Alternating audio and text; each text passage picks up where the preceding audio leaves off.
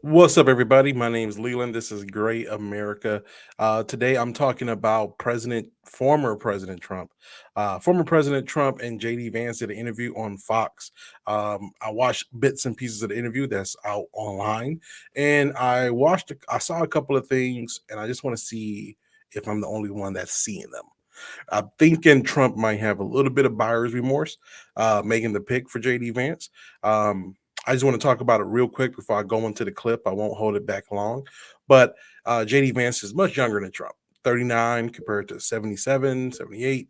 So, generation gap, millennial versus greatest generation. So, I don't know if they gelling. You know how I think Trump thought he would jail. Mike Pence was just a statue, no personality, no nothing. From these interviews, it looked like JD Vance want to be heard. It looked like JD Vance want to be a part of the conversation.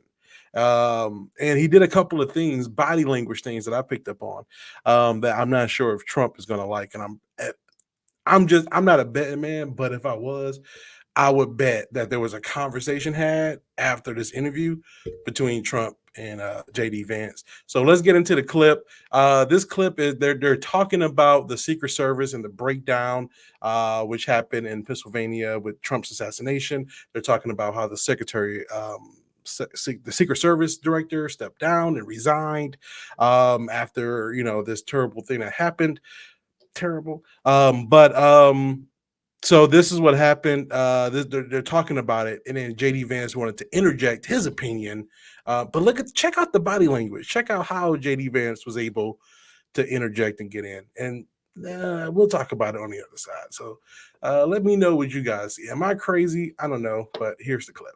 That was seriously hurt would not be hurt.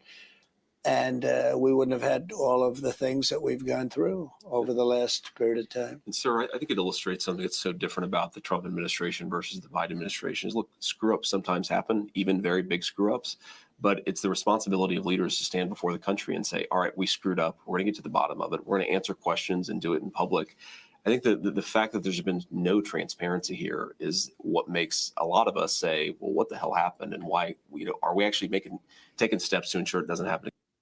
So I want to know when they watch this interview back and they see that it was a close up on Trump, two shot, and then a close up on Vance. And his shot, I think, is the better shot with the American flags on it compared to Trump's shot, where they really wanted to show the band-aid on the ear. But did you notice how JD wanted to interject there? And he said, sir, and all of that. He was being polite. But just take a look at Trump again. He got this, and this is something that Mike Pence went ahead. Mike Pence don't get, he don't, if you don't speak to Mike Pence, he not talking.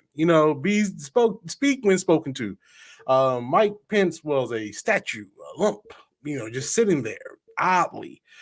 It seemed like JD Vance, he's a millennial. He's not too much older than me. He want to interject. He want to be a part of the conversation, and I just don't know how that's gonna work with Trump. But it's the hand, right? I wish somebody would have done that because it's the Corey hand. It's would like, be hey alive, man, and two people that were seriously hurt would not be hurt. it's like, hey man, be quiet for a second. Let me We talk. have had all of the things that we've gone through over the last period of time. And sir, I think it illustrates something that's so different about. And then Trump did his classic lick lip. Now look at Trump's eyes when JD Vance says something here. He says mistakes happen, big mistakes happen, and it's up to the leaders to say when they're wrong. That is not what Trump believes. Did you guys see anything from the pandemic? Anything from the pandemic that made you believe that Trump would that Trump took responsibility for anything? That is not how Trump operates. No, the buck does not stop with Trump. If something goes wrong under Trump's watch, it is not his fault. It is the minions, the people he hired, and they'll get fired and all this type of stuff. But he never takes full responsibility for anything. So for JD Vance to say, this is how we do things, the way Trump looked, first he looked at the interviewer, and then he looked right off to the side there. I just don't think that message gels. And this is why I say I'm pretty sure they had a conversation after this interview, because I think JD Vance kind of stole some of the spotlight.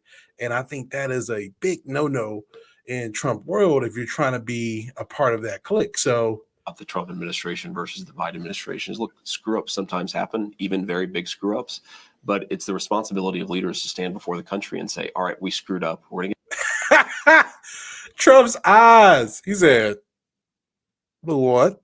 Yo, I mean, maybe I'm reading into it too much, but look at Trump's face. Look at Vance's face. Vance is in it having a conversation. Trump is like, oh, I think this shot right here, if they lose, which, right now the momentum has shifted completely since the announcement of Harris joining in, VP Harris joining in the race as the nominee, which I did another video talking about her rally speech today. But looking at this photo, I think this is why I call this episode, this video, buyer's remorse. I'm not sure how good these guys are going to gel, and I'm very curious to see how it goes forward with they do double interviews and if they do any more double interviews. And also look at this picture on screen, guys. This looks like something we already had before, right? At least, even if Biden was still in the race, having Kamala there, it just gives us some flavor, some diversity. These two guys want to run the country. I don't know.